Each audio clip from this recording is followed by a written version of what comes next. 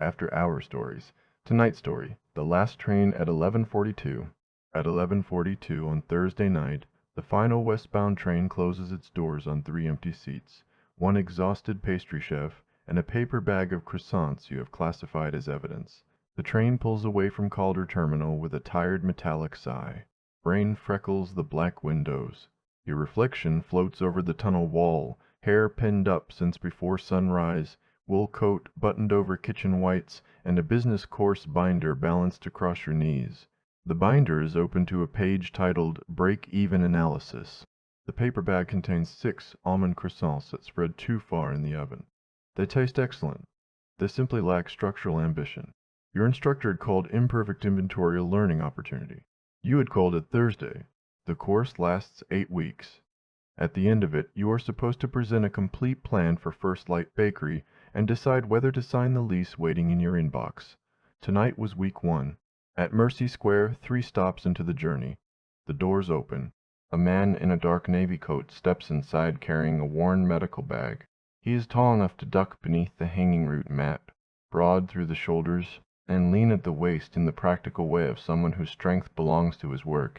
Dark hair has fallen across his forehead. Fatigue shadows his face without making it careless. His attention moves through the carriage once, taking in the exits, the sleeping passenger at the far end, and you. He chooses the seat across the aisle, not beside you. Across. The train starts before he is fully settled.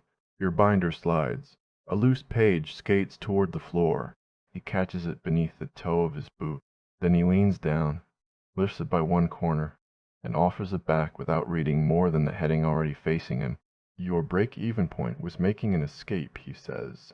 His voice is low, a little rough from the end of a long day. You take the page from him. It has seen the numbers. The corner of his mouth moves. Not quite a smile. Close enough to make the 13 minutes before Linden Street feel less empty than they did a moment ago. The following Thursday, he boards at Mercy Square again. Same dark coat. Same medical bag. Same seat across from you. His eyes drop to the binder on your knees. Did the break-even point return voluntarily? He asks. Under legal pressure, you say. This time, the almost smile arrives properly. He nods at the paper bag beside you. And the evidence? You look down. You remember the bag? It smelled like almonds, he says. Remembering required very little sacrifice. You explain the bakery plan, because the train is dark beyond the glass, and because 13 minutes can make almost anything feel temporary. You have worked pastry at the Halcyon Hotel for 6 years. You run the morning station, train new assistants, and know by the sound of a mixer when butter is 2 degrees too warm. The narrow storefront on Linden Street has a tiled back room, an oven connection, and rent high enough to produce spiritual clarity. How many croissants? The man asks. What? You ask. To pay the rent, he says. You tell him you have calculated an average basket, not a single product economy. He waits. 84, you admit. Per month? He asks. Per day, you say. He considers this with the seriousness of a medical consultation. I may have underestimated breakfast, he says. The train announces Grand Avenue. Under the brighter platform light, you see an identification card clipped inside his coat. The photograph is severe. The man wearing it is not. Jonah Mercer, you read before you can decide whether that is impolite. He follows your glance. Field training officer. Paramedic. Occasional paperwork. Hostage. You give him your name. He repeats it once. Correctly. When the doors open at Linden Street, you stand and lift the paper bag. Good night, Jonah, you say. His gaze moves from you to the bag. Only 83 left, he says. The doors close between you before you can answer. By the 3rd Thursday, recognition has become routine. You board at Calder Terminal. Jonah joins you at Mercy Square. At Grand Avenue, the train lights flicker once. At Linden Street, 13 minutes after he sits down, you leave. That night, there is a narrow red burn across the inside of your wrist. Jonah notices it while you are turning a page. Oven rack, he asks. You glance down. Sugar pan. Worse, he says. You say that with authority. Melted sugar keeps burning after people think it is finished, Jonah says. He opens the side pocket of his medical bag and removes a sealed dressing. Then he stops. Do you want this? He asks. The question is simple. So is the space he leaves after it. You could say no without managing his disappointment. Yes, you say. He passes the dressing across the aisle instead of reaching for your arm.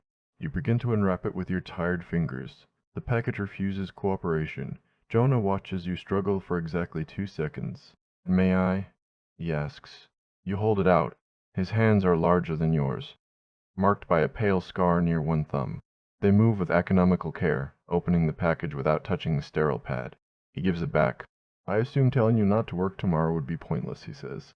Completely, you say. Then keep it covered until morning, Jonah says. Is this how you speak to all your paperwork hostages, you ask? Only the ones planning industrial quantities of pastry, he replies. The train curves. His knee shifts closer to the aisle. Yours is already there. For one suspended second, only the width of the aisle remains between them. Neither of you moves. Then Linden Street arrives. That night, the unopened lease waits in your inbox. The dressing on your wrist stays exactly where Jonah placed it in your hand. On week 4, Jonah boards carrying a folder instead of his medical bag. The cover reads, Homeward Pilot, Community Paramedicine Proposal. Your turn, you say. He sits across from you. My turn for what? To explain the paperwork attempting escape, you say. Jonah looks down at the folder as if mildly betrayed by it. Then he tells you, the ambulance service sees the same people again and again. An older man whose medication changed after discharge. A woman whose stares make follow-up appointments impossible. A patient who calls emergency services because no one else comes through the door. Jonah wants a 2-person unit to visit them before a crisis brings the ambulance back. That sounds useful, you say. Useful is not the same as fundable, Jonah says. Neither is pastry, you reply. People enjoy pastry, he says. People enjoy remaining out of ambulances, you tell him. That earns the half-smile you have started anticipating before it appears. His proposal is complete except for the section explaining why he should lead the pilot. You train the people who would staff it, you say. Why wouldn't you lead it? Jonah looks toward the black window. Training is telling someone else what to do when the plan changes, Jonah says. And leading, you ask? Being responsible when the plan was yours, he says. The answer settles between you with more weight than the question required. At Linden Street, the doors open. You stand, but do not leave immediately. Saturday, you say. I am testing the bakery menu at the Market Hall pop-up. Jonah looks up. You tell him the stall number and the time. It is not precisely an invitation, but it is the first piece of your life you have offered him beyond the last train. Saturday morning, Market Hall is loud with coffee grinders, rolling shutters, and vendors pretending they did not wake before dawn. By 8:15, you have sold 29 croissants, 12 cardamom nuts, and every pear tart except the one whose crust cracked when you lifted it. At 8:23, Jonah appears at the end of the queue. Without the train around him, he seems taller. Daylight finds the tired softness beside his eyes, and the clean line of his shoulders beneath a charcoal sweater. His hair is still damp, as if he showered quickly after work. He waits while you serve the people ahead of him. He does not wave for your attention. He does not behave as though the invitation entitled him to more of you than everyone else. When he reaches the table, his gaze moves over the nearly empty trays. I see breakfast survived the projections, he says.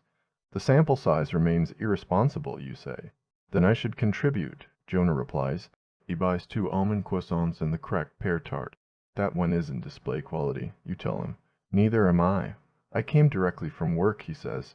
You put the tart in the bag anyway and refuse to charge him for it. Jonah takes one bite while standing beside the table. The expression that crosses his face is quiet but unguarded. 84 may be too few, he says. Heat reaches your face that has nothing to do with the ovens behind you. He steps aside when the next customer approaches. He stays until the queue thins, talking to the coffee vendor, and eating the imperfect tart as though it was the item he came for.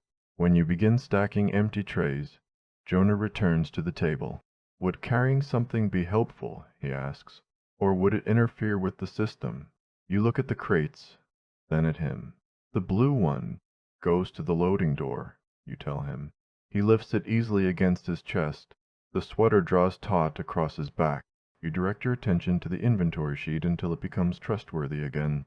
Before he leaves, Jonah takes out his phone.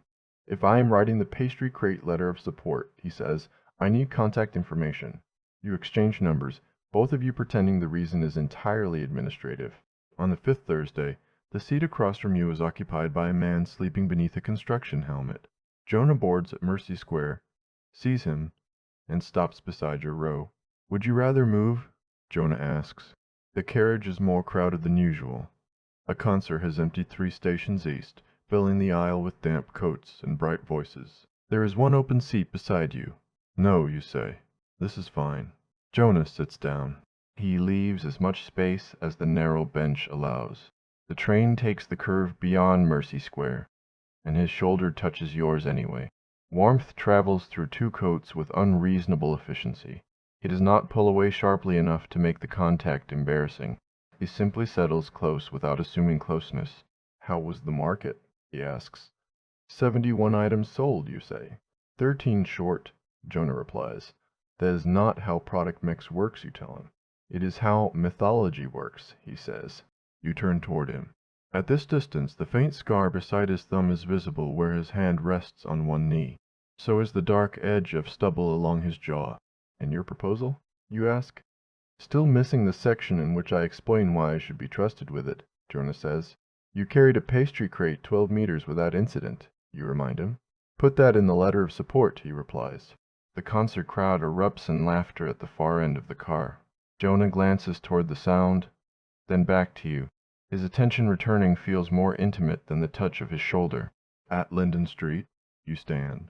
Jonah rises to let you pass, turning sideways in the crowded aisle. For one breath, you are close enough to feel the heat at the open collar of his coat. His hand closes around the overhead rail, giving you the space beneath it. "Good night," he says. Your name follows the word, low enough that it belongs only to the space between you. You step onto the platform. The doors close. This time you watch the train leave. The lease offer for the Linden Street storefront expires at noon on the Friday after your final class. You tell Jonah on the 6th Thursday because he asks why you have read the same paragraph between Calder Terminal and Grand Avenue. "I can request another week," you say. "Do you need another week?" Jonah asks. "I could refine the seasonal forecast," you say. "Will November become a different month if you do?" he asks. You close the binder. "You sound very decisive for a man with an unfinished leadership section," you say. Jonah looks at the folder beside him. "That is fair," Jonah replies. "I wasn't trying to be fair," you tell him. "That is also fair," he says. Despite yourself, you laugh. The train passes through a service tunnel. Darkness presses against the glass. Jonah's expression changes when the carriage light returns. "The presentation is next Thursday," he says. 4:30. "You submitted it?" you ask. "At 6:14 this morning," Jonah says. Pride rises before you can hide it. "How did you explain why they should trust you?" you ask. "I wrote that I know the difference between solving the emergency in front of me and preventing the next one," he says. "That's good," you tell him. "A pastry chef told me people need to understand what changes when the work is done," Jonah says. You look at him. "I said that about breakfast." "I cited the broader principle," he replies. At Linden Street, you remain seated until the warning chime begins. Jonah reaches toward the door button, but you stand before he needs to press it. "Next Thursday," you say. 11:49, he replies. The doors close. For the first time, next Thursday sounds like a promise neither of you has discussed making. The 7th Thursday arrives cold enough to turn every breath on the platform white. Your presentation is complete. First Light Bakery exists in 32 pages of forecasts, menus, staffing plans, and photographs of a narrow storefront. You have still not entered after dark. At 11:42, you board the final westbound train. You place your binder on your knees. Dock Street passes, then Market Hall. At Mercy Square, the doors open. No one enters. You tell yourself the presentation became dinner, or his shift changed, or one of 100 ordinary things filled the hours afterward. At Grand Avenue, you read the same sentence 4 times. Your phone vibrates as the doors close. The message comes from Jonah. "This is Jonah.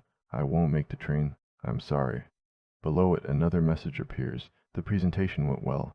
The rest of the night did not. Everyone is safe." You type. "Are you?" The message remains unanswered through Bellwether, through Linden Street, through the walk home in the cold. At 2:12 in the morning, your phone lights beside the unopened lease. "Yes. My right hand has filed a complaint. Nothing permanent." You sit on the edge of your bed and release a breath you had been holding for more than 2 hours. Then you become angry with him for making the joke, angrier with yourself for needing it, and most of all, frightened by how thoroughly one empty seat changed the shape of the last train. On the 8th Thursday, Jonah boards at Mercy Square with 2 fingers splinted, and his right hand wrapped to the wrist. He finds you standing before the doors have fully opened. For a second, neither of you speaks. Then his gaze drops to the seat across from yours. "Is this still available?" he asks. The formality nearly undoes you. "Sit down, Jonah," you say. He does. His coat is buttoned crookedly, one side higher than the other. You imagine him attempting it one-handed and refusing assistance with increasingly polite determination. "What happened?" you ask. "The stair rail separated from a wall while we were carrying a patient down," Jonah says. "And your hand?" you ask. "Objected to the patient reaching the bottom without us," he replies. You do not smile. Jonah's expression loses its practiced lightness. "The patient is fine," he says. "My partner is fine. I have one sprained finger and a fracture small enough to offend everyone who has seen the X-ray." "You frightened me," you say. The train moves out of Mercy Square. Jonah looks at you without defending himself. "I know," he says. "I'm sorry." "You sent 3 sentences and disappeared for 2 hours," you tell him. "We were still working. I thought telling you everyone was safe would be better than silence." Jonah says. "It was," you reply. He waits. You sit back down across from him. "That doesn't mean it was enough," you say. Jonah nods once. "All right. No joke. No request that you make your concern smaller because the injury was. Just room for the fact that you had worried." The train rocks beneath you. "The pilot was approved," he says quietly. 6 months. 2 clinicians and me. Your anger does not vanish. It simply makes room for pride. "You should have led with that," you tell him. His half-smile returns. "I had hoped the injured hand might make me seem mysterious. It made you seem bad at stairs," you say. For the first time in 2 weeks, the familiar sound of his laugh moves through the carriage. Rain strikes the windows harder beyond Grand Avenue. The overhead speaker crackles. The driver announces standing water near Linden Street and a signal failure west of Bellwether. The train will terminate 1 stop early. Everyone must leave at Bellwether. You look at the time. 11:57. The last train has become no train at all. Around you, passengers begin opening rideshare apps. Prices climb before the doors do. "How far are you going?" Jonah asks. "Linden," you say. "I know," Jonah says. "How far from the station?" 6 blocks, you tell him. "I can wait with you for a car," he says. "Or walk, if you prefer. Or leave you in peace if neither option is useful." Even now, he offers choices instead of placing himself inside yours. The train slows. You look at his wrapped hand. "Can you hold an umbrella?" "Competently with the left, arrogantly with the right," Jonah says. Then we walk, you decide. The doors open at Bellwether. Cold rain blows beneath the station canopy. Jonah opens a black umbrella with his left hand and holds it high enough for you both. He keeps the injured hand against his chest.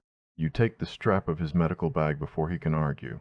"Temporary clinical decision," you say. "Your credentials remain under review," Jonah replies. You step into the rain together. The umbrella is wide. It is not wide enough to preserve the careful distance of the train. The city after midnight is all reflected windows and traffic lights changing for streets with no cars. Jonah walks on the curbside without making a performance of it. His uninjured shoulder stays close to yours beneath the umbrella. At the first intersection, he asks about your final presentation. You tell him the instructor approved the plan. "And the lease?" Jonah asks. "Due tomorrow at noon," you say. "You haven't signed," Jonah says. "It is not a question. There are variables," you reply. "There are always variables," he says. "That sounds suspiciously like medical wisdom," you tell him. "It is paperwork hostage wisdom," Jonah says. You pass a closed laundromat, an all-night pharmacy, and the coffee shop where you sometimes buy breakfast after making breakfast for 400 strangers. Jonah adjusts the umbrella when the rain shifts. Water darkens one shoulder of his coat so none reaches yours. "You called your bakery First Light," he says. "Working title," you say. "You printed it on 1,200 market bags," Jonah says. "Committed working title," you correct. You developed the menu, completed the plan, found the shop, negotiated the lease, and tested the demand, Jonah says.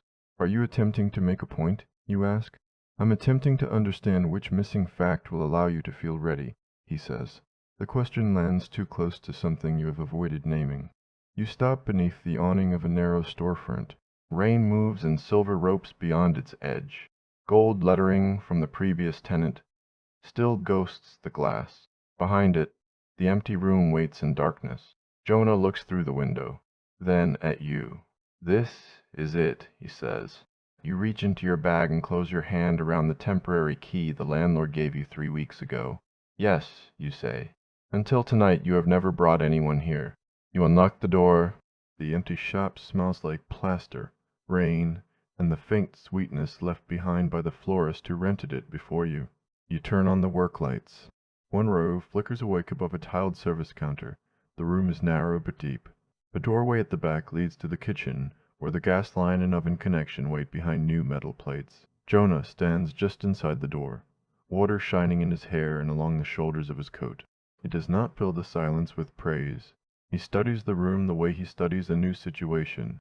Exits, obstacles, what might be needed. "Show me," he says. So you do. You show him where the pastry case would stand and where the morning light reaches the front tables. You point out the wall that needs repair, the drain that needs inspection, and the corner where a single person with coffee could sit without being hurried. You describe proofing cabinets, delivery times, and the narrow shelf where you would keep imperfect pastries at half price instead of throwing them away. As you speak, the empty room changes, not into certainty, into possibility. Jonah leans one hip against the counter. "You know exactly what happens in here," he says. "Knowing is not the same as affording," you say. "No," Jonah agrees. His easy agreement takes the argument away from you. "My mother had a cafe," you say. The admission sounds louder in the empty shop. You tell him about invoices hidden beneath placemats, about answering the apartment phone when creditors called, about the winter the cafe closed and every adult around you described the loss as brave. "It didn't feel brave," you say. "It felt like discovering that effort and success were never the same promise." Jonah is quiet for a moment. "They aren't," he says. "No false assurance. No story about how yours will be different because you deserve it more." He looks down at his bandaged hand. "The pilot could fail," he says. "The first home visit could become an emergency. The budget could disappear in 6 months. People I respect agreed to work on an idea with my name attached to it. Does that make you wish you hadn't submitted it?" you ask. "Terrified I submitted it," Jonah says. "Not sorry." The distinction settles into the room between you. Rain drums against the front glass. Jonah moves away from the counter and stops a few feet in front of you. "You asked what fact would make me ready," you say. "I did," Jonah says. "There isn't one," you admit. "No," he says. You release a breath. "You could sound less pleased about that," you tell him. His eyes warm. "I am trying very hard not to say I told you so in a borrowed bakery during a storm." "It is not my bakery," you say. "Not yet," Jonah replies. You look past him at the blank wall where the menu would hang. "We both build plans detailed enough to protect us from beginning," you say. "Mine had color-coded appendices," he says. "Mine has a 12-month laminated cash flow chart," you tell him. "You win," Jonah says. The humor fades gently rather than disappearing. Jonah looks at you with the same steady attention he gave the empty carriage on the first night. "I need to tell you something that is not useful," he says. Your heartbeat changes. "All right," you say. "Thursday has become the least accidental part of my week," Jonah says. The rain, the lights, and the distant traffic seem to move farther away. "I know exactly when Mercy Square comes after Market Hall," he continues. "I know which carriage you choose.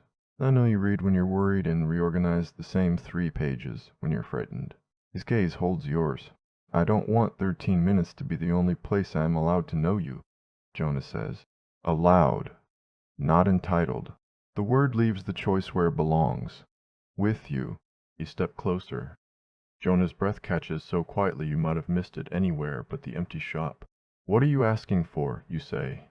"Dinner," he says. "Breakfast." A conversation that does not end because Linden Street has opened its doors. His uninjured hand rests at his side. He makes no move to close the remaining distance. "And if the bakery opens?" you ask.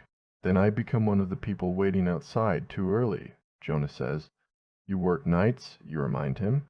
"I am prepared to make one significant sacrifice," he replies. You smile. Jonah's eyes drop briefly to your mouth. then return to your eyes. The restraint in that movement feels more intimate than staring would have. You reach for the open edge of his coat.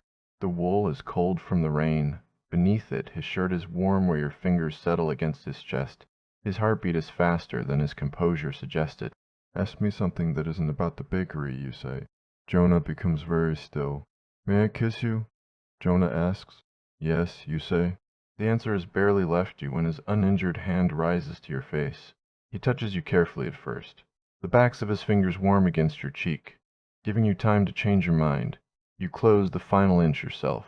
His mouth meets yours with the same restraint he has carried for 8 Thursdays. Then you curl your fingers into his coat, and the restraint gives way not to urgency, but to certainty. The kiss deepens slowly.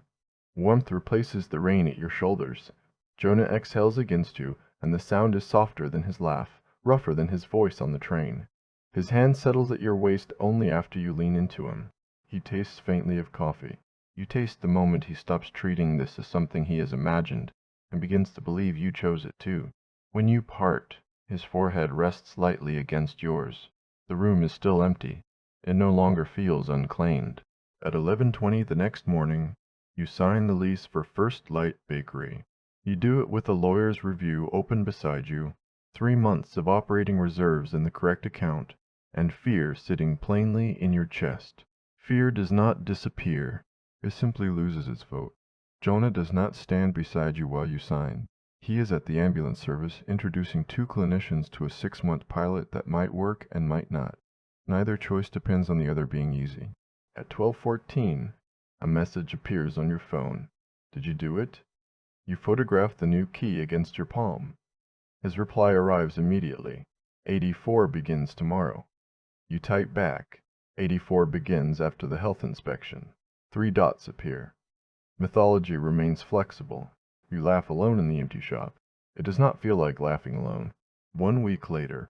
The final westbound train leaves Calder Terminal at 11:42.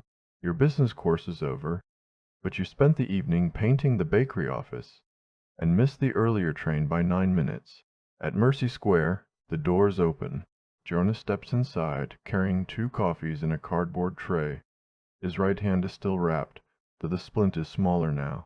The seat across from you is empty. He does not take it. He sits beside you. How many? He asks. 6 test batches. 91 usable pastries, you say. Mythology has been exceeded, Jonah replies. The train passes Grand Avenue.